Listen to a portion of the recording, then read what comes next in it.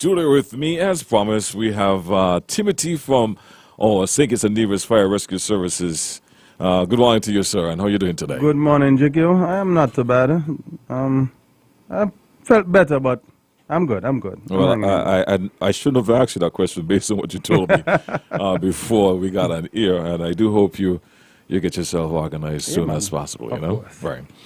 So today we're just going to have a general conversation, some regular, but not regular, some fire tips you should know. Some fire tips, and if we asking the audience, to call if there is any concerns that they might have, we could maybe share some discussions on it, and if I need to come back with the answers, we can do that. All right, so you're going to open... a typical conversation. All right, so you're going to open the lines early then?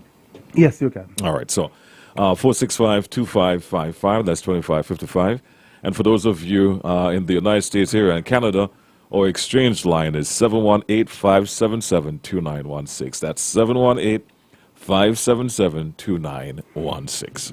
Where do you want to start, Timothy? Well, let's look at crawling. Hold on. Put on your headphone. Let's take this call. 16. I suspect it's Sonny Boy. 916. Sonny Boy, good morning, Sonny Boy. Well, let's look at crawling. Turn on the volume on your radio. Yes, man. Yeah, good morning, man. This is Sonny Boy calling you from New York. Good morning, Sonny Boy. I just tuned in and I thought that I was late, but I heard Sergeant Martin saying that they just got started. I just called to tell you guys hello, and I'm always watching you guys from New York, and I'm fond of my people, and I love you both. Hey, man, Have we a love wonderful day. Thank you for All your right, support, thanks man. much, man. Always a pleasure hearing you. Yes, my brother. And remember, if you have a concern as it relates to that you think that the fire department should be aware of, you can always call us this morning. You remember, they might not know everything. They know, they should know a lot, but they might not be aware of a certain situation. So as long as your mind, you can do so. In the meantime, though, we're going to be sharing some tips with you guys. So over to you, Timothy. All right, so we want to discuss crawling low under smoke. Now, some persons might ask, why would we need to stay low if there is smoke? But smoke rises. Hot air and toxic gases, most of them, they rise. So when a person stays low to the ground, they get a bit more breathable oxygen. So if you're in a house and you get up, your house is filled with smoke, we're encouraging persons in order to stand a chance of getting out safely is to stay low to the ground, as low as possible, and crawl out of the building. Like I said, a bit of breathable smoke is there, and you'll be able to breathe a little better than if you were to stand tall and try to get out of the building. The smoke, of course, would stifle you, and it would render you unconscious a lot quicker if you were to stand and try to get out of the building. Okay, so in other words, what you're saying, it's more feasible, if I could put it that way, to go low. Not that you would be completely out of the smoke. Not that you'll be completely out of it, but there is a little bit more breathable air. The smoke would rise, it would reach the roof, and then it would start to come back down. But that would take a bit of time. So stay low to the ground, as low as possible, and get out of the building. All right, so that's tip number one. Tip number one. Tip number two, stop, drop, and roll. If you're on fire. If your clothes is on fire. Now, we encourage persons don't run. If your clothes is on fire and you're running around, then the fire, you're fanning the fire, so to speak. But if you stop, drop, and roll, it causes it smothers the fire. We look at the example of a matchstick. If you were to scratch a match, turn it upside down, upright, then you recognize that the fire would reach up to your fingertips a lot quicker than if it was to stay horizontal. Now, with the rolling back and forth, you're actually smothering the fire, snuffing it out. So we're encouraging persons, if your clothes is ever on fire, do not run about. Just simply stop, drop, and roll around. Cover your face to prevent your face from getting damaged, and you smother out that fire that way. The next thing we'd want to look at is cooling a burn. Now, some persons, they have a lot of different ideas as to how to cool a burn. Now, the best way to cool a burn is by running cool water over the affected area. Some persons, they say put ice, but ice is not the best thing to use. Ice in itself burns as well. You can have something that is called ice burns. So putting a piece of ice on the affected area is actually causing more damage to the tissues than you would be thinking. Interesting. So put your hand, whatever body part, under some cool running water, room temperature water. You can do that for an extended period of time. That would help to cool down the burn. Another thing that persons think about is like putting Vaseline and things like that on top of a burn. Vaseline actually holds heat. So if you got a severe burn and you put Vaseline over it, you're actually keeping in the heat a lot longer on the skin. So don't put any Vaseline or anything, just put some cool running water over the burn. If you come across any blisters, because burns tend to create blisters on your skin, we encourage persons don't burst them, let them burst on their own, and seek some sort of medical attention in order to get it looked after. Remedied. The other one we want to touch on is the use of electricity. We would want persons to use electricity safely. So if we all have appliances in our house, in our workplace, etc. So if you smell any unusual scent of, let's say, something smell like it's burning, you need to get it checked immediately. And we are asking persons to use a qualified electrician to do that checking or testing. We have some MacGyvers around who would, rig up things here or there. But these riggings, they are just a temporary fix. So one day that rigging may just give way, and you have serious trouble on your hands. So we are encouraging persons, whenever you have any type of equipment that has malfunctioned, any wires that might be charred, burning, etc., see a qualified electrician to get it checked out. Overloading of electrical sockets. Now, persons, I have seen it where you have a surge protector, and all the outlets within the surge protector is used up, and persons get the idea, hey, let me just add another surge protector to that one and increase the amount of plug space. That is something that you should not do. We don't encourage persons to overload electrical sockets. Sometimes, so you have to look at the wiring for your house. Your wiring, your house may be built sometime back, whether 15, 20 years ago, and you might need some upgrade to your wiring. But every year you just keep adding additional appliances. You have typical. You have your fridge, you have microwaves, you use heater, etc. But your infrastructure is not being upgraded. Your infrastructure is not being upgraded. So we're encouraging persons to, one,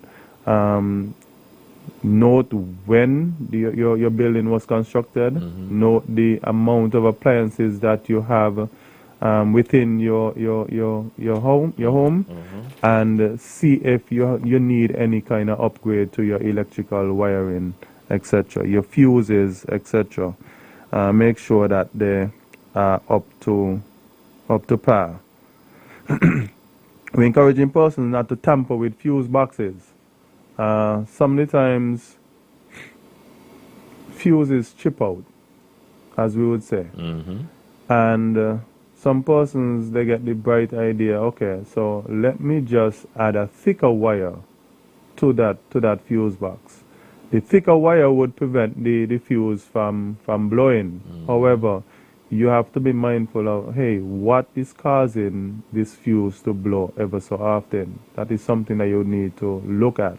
Interesting. And Yes. when you just add a thicker wire and you work out, okay, so it's not chipping as fast now, that means I'm good to go. You might be overloading your system unknowingly, and that in itself can cause a fire sometime later down. We're asking persons to check your electrical cards. Electrical cards, they get frail, they get brittle over time. So that is something that you have to pay constant attention to. We live in the tropics, and we know what heat can do to plastic.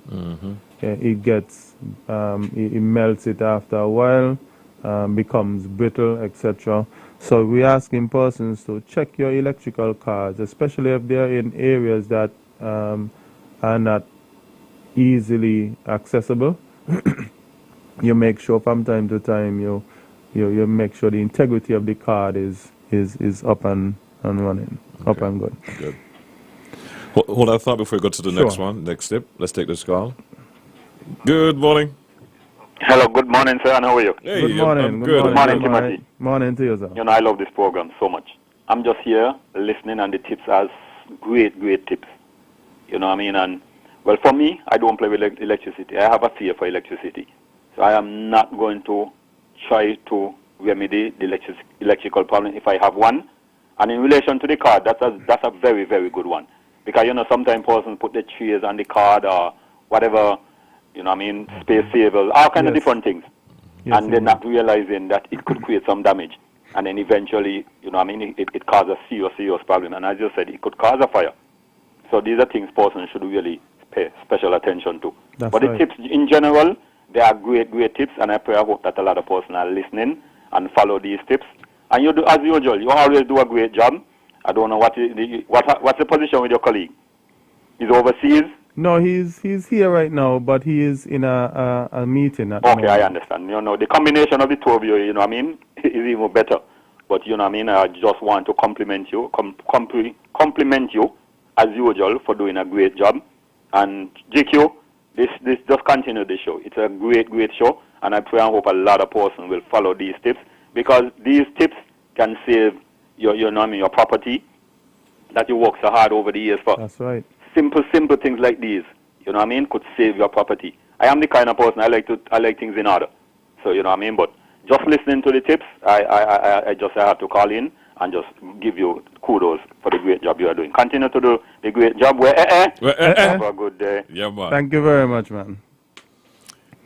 You remember what number tip you're on now? Yeah, I just want to touch base and add a little something to what he just said in terms of putting furnitures and so over electrical cards. What persons tend to do as well is to lay rugs over electrical cards, and you have to be careful of that. That in itself can be a hazard. Putting electrical cards on the rugs ever so often, you walk on the area, causing some sort of friction. It stays there for a while. The cards get brittle. You have a bit of arcing, and then the carpet the rug is good fuel for a fire. So Flammable. flammable, exactly. All right, so matches and lighters. We're gonna look at children. We should not allow our children to play with matches. So we'd always want to ensure that our matches and lighters, anything that could start a fire, is out of reach of these children. So in the kitchen, you make sure it's on a top shelf. We have to be mindful of those children who like to climb, because there are some children who Tell they me know about their way around Tell me about it. getting. I've seen like 3-4 year olds, the way them climb up on the cupboard and they would use the cupboard handles and so as avenues of getting up onto the cupboard, and I just like was in amazement, and yeah, so we have to be mindful of these children who like to climb. So parents, your ability of your children, so you would want to even make sure that these matches and lighters are in a secured location where they can't reach. And teach our children about fire safety. Talk to them about how not to misuse these equipment such as matches and lighters. Talk to them. That's the best way of getting them to understand the danger of these things. So yes, education of your children is of top priority. When it comes to cooking, we have to be careful when we use the stove. Now, the safest way to light your stove is to scratch the match first, turn on the gas, then you put the match by the gas. Some persons I have seen that they turn on the stove, turn on the gas, and that is when they're attempting to scratch the match.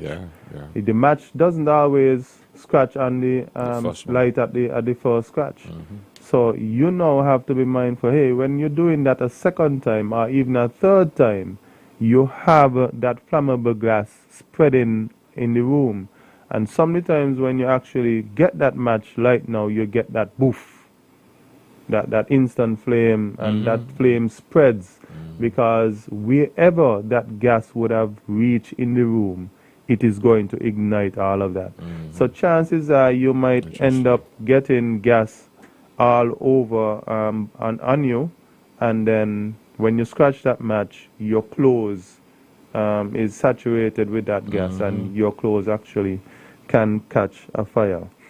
So when it comes to cooking, make sure that your clothes is not loose. So you might get up with your robe and you go to the stove, you have some long sleeves, and so you're making you're maneuvering around the stove with your long sleeve, and your sleeves end up catch fire. You have to be mindful of the type of clothing. Sometimes it's not just your sleeve, too. You might have loose clothes that you might not tie to your body. You don't want them to ever come in contact with the flames and cause you to catch fire. An important one is never to leave cooking unattended.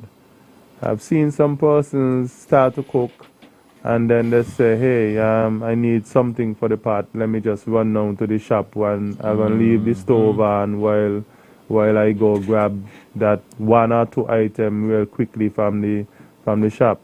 You never could tell what might happen when you leave that door. You might get tied up in traffic.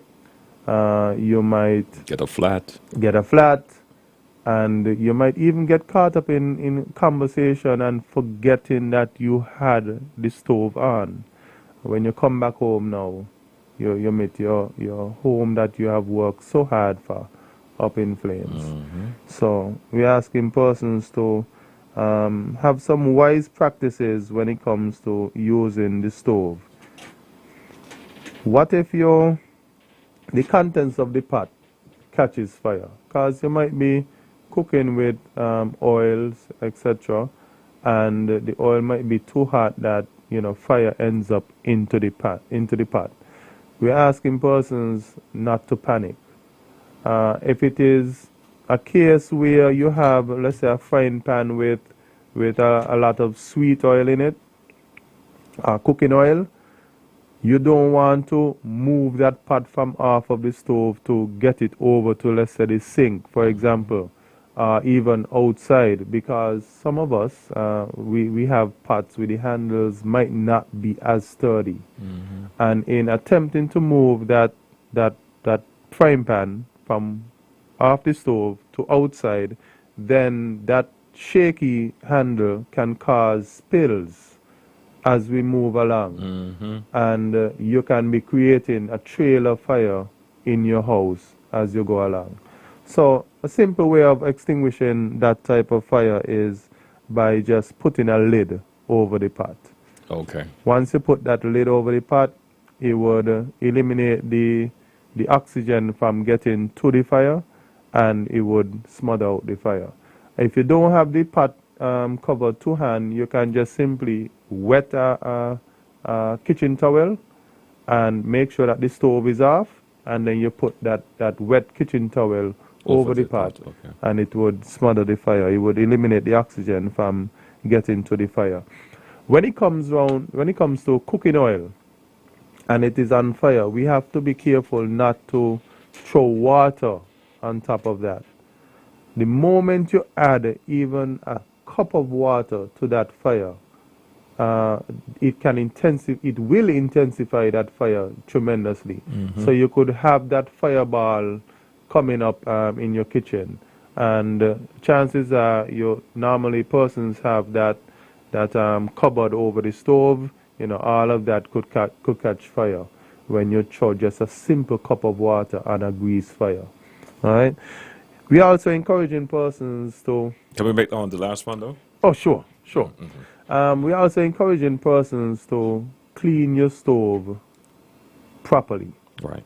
Make sure all of the grease that has accumulated from the cooking. I shouldn't even say the word accumulated, because you should be, after every Cooking session that you had, make sure to clean your stove. Once you have that buildup of grease, you run the risk of fire catching the top of the stove and anything else that is close by. Even the back of the wall on the stove, we are asking persons to clean that surface, because with the heat that comes off of the stove, you would catch that greasy area on the wall. You would catch it quickly, and then that fire would spread going up to the wall, onto the cupboards, and consuming your home. Indeed. Timothy, I want to thank you for being here this morning and sharing the information. But that's it for us this morning. It's now 10 o'clock, and I'm going to be touching base with Mr. M.R. Michael Robinson out of St. Lucia. He's standing by for a call. But you can tune in next week, same time, same place, for another edition of Fire Conversation. Timothy, thank you once again, my friend. Thanks, man. 10 o'clock run quickly, man. Boy, yeah. Time flies. Time flies, man. When you're having fun. That's right.